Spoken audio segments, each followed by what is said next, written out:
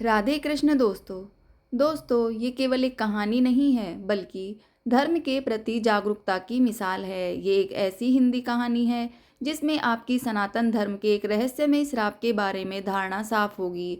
हिंदू सनातन शास्त्रों में काल सर्प दोष को एक अभिशाप की तरह माना जाता है।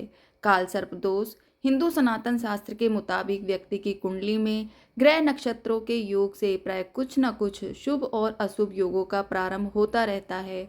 कुंडली में स्थित शुभ योग से जहाँ व्यक्ति को अच्छा फल प्राप्त होता है, वहीं अशुभ योग और दोष से जीवन में कुछ समस्याओं का सामना भी करना पड़ता है।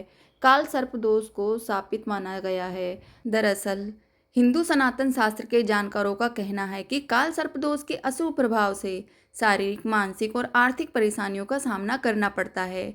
लेकिन फिर भी कुछ लोग अपने तुच्छ ज्ञान की वजह से शास्त्रों में लिखी चेतावनियों को भी नज़रअंदाज करके अपने जीवन का सर्वनाश कर बैठते हैं। ऐसी ही कहानी इंजीनियर लड़के विजय की है। विजय आधुनिक शिक्षा ग्रहण कर चुका था और अब उसे तलाश थी एक अच्छी नौकरी की। विजय पढ़ाई में बहुत होनहार छात्र था, इसलिए उसे अपने ऊपर पूरा भरोसा था कि उसे एक अच्छी नौकरी जरूर मिल जाएगी। अब परीक्षा खत्म होते ही विजय अपने पहले साक्षात्कार के लिए खूब तैयारी करता है। विजय अच्छी तरह जानता है कि अगर उसने यह नौकरी प्राप्त कर ली तो वह सफलता की पहली सीढ़ी चढ़ जाएगा। विजय साक्षात्कार के लिए अपना बायोडाटा लेकर निकल जाता है। रास्ते में अचानक उसे एक तेजस्वी बाबा मिलते हैं। वह उसे रोक लेते हैं और अपने पास बुलाते हैं और उसके मस्तिष्क को देखकर कहते हैं, तेरा काल सर्पदोष प्रारंभ हो चुका है, सावधान रहना बेटे, और चले जाते हैं। विजय को अपने साक्षात्कार के लिए देरी हो रही थी, इसलिए वह जल्दी जाना चाहता था और वैसे भी विजय को इस तरह की बातों पर कोई भरोसा नहीं था। विजय कंपनी के रिसेप्शन में पहुंचकर साक्षात्कार की प्रक्रिया पता करता है। रिसेप्शन में बैठी महिला कर्मचारी विजय को एक कागज़ देती है और उसमें उसकी निजी जानकारियां भरने को कहती है।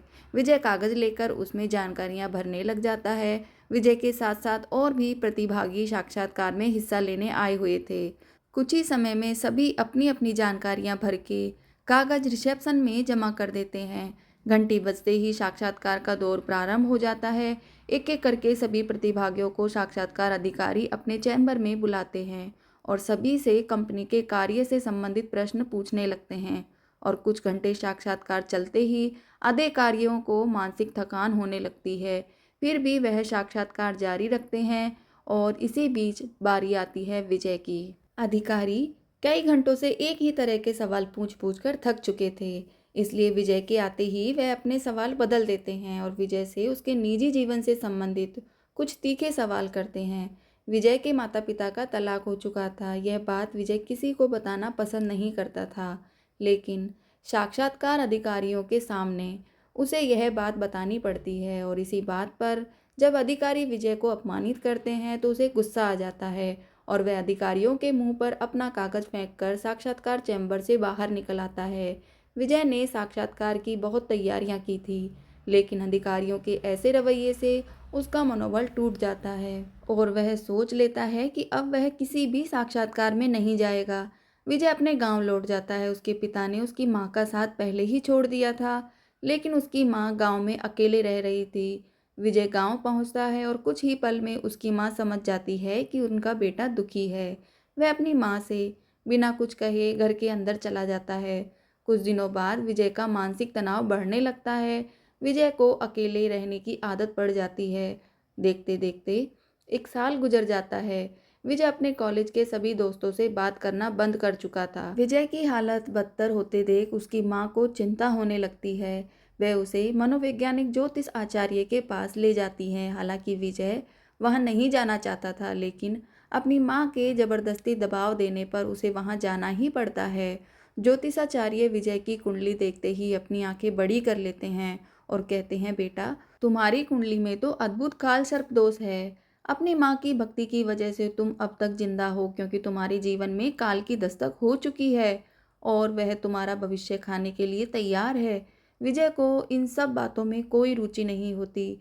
वह अपनी माँ से कहता है, माँ, ये मुझे कहाँ ले आई हो? मुझे इस ढोंगी की बकवास बातें नहीं सुनना। और वह वहाँ से उठकर चला जाता है। विजय के ऊपर काल सर्पदोष का काला साया मंडरा रहा था, जिससे उसके जीवन में संकटों का पहाड़ टूटने वाला था। लेकिन वह अपनी जिद में अपना जीवन बर्बाद करने पर तुला हुआ था। विजय के जाने के बाद उसकी माँ ज्योतिषाचार्य से विजय का काल सर्प दोष समाप्त करने का उपाय पूछती है। ज्योतिषाचार्य शास्त्रों के पारंगत पुरोहित होते हैं, इसलिए वह विजय का काल सर्प दोष उतारने की पूजा विधि प्रारंभ कर देते हैं। कुछ दिनों के अंदर विजय की स्थितियों में बदलाव होने लगता है। उसे उसके मन का एक व्यापार बहुत कम निवेश में सूझता है।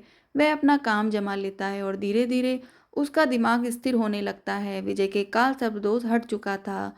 विजय सफलता की ऊंचाइयों में बढ़ने लगता है। वह आज भी शास्त्रों पर विश्वास नहीं करता था, लेकिन भगवान ने उसे अभयदान दे दिया था। विजय की नास्तिकता के साथ ही यह कहानी समाप्त होती है। राधे कृष्ण दोस्तों।